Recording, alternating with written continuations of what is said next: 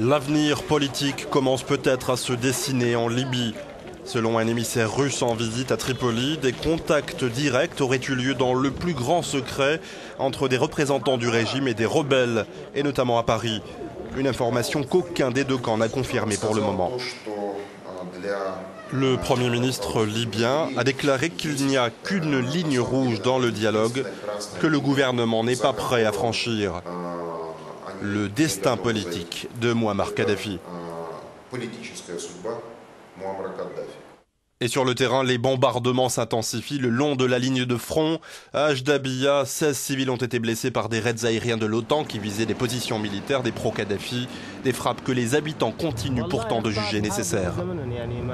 Les erreurs se produisent en temps de guerre, dit cet homme, ce n'est pas un problème. C'est hors de notre contrôle, mais nous espérons que l'OTAN intensifiera ses frappes aériennes pour nous débarrasser de ce tyran. Et du côté des rebelles, le départ du leader libyen reste une condition préalable à toute discussion.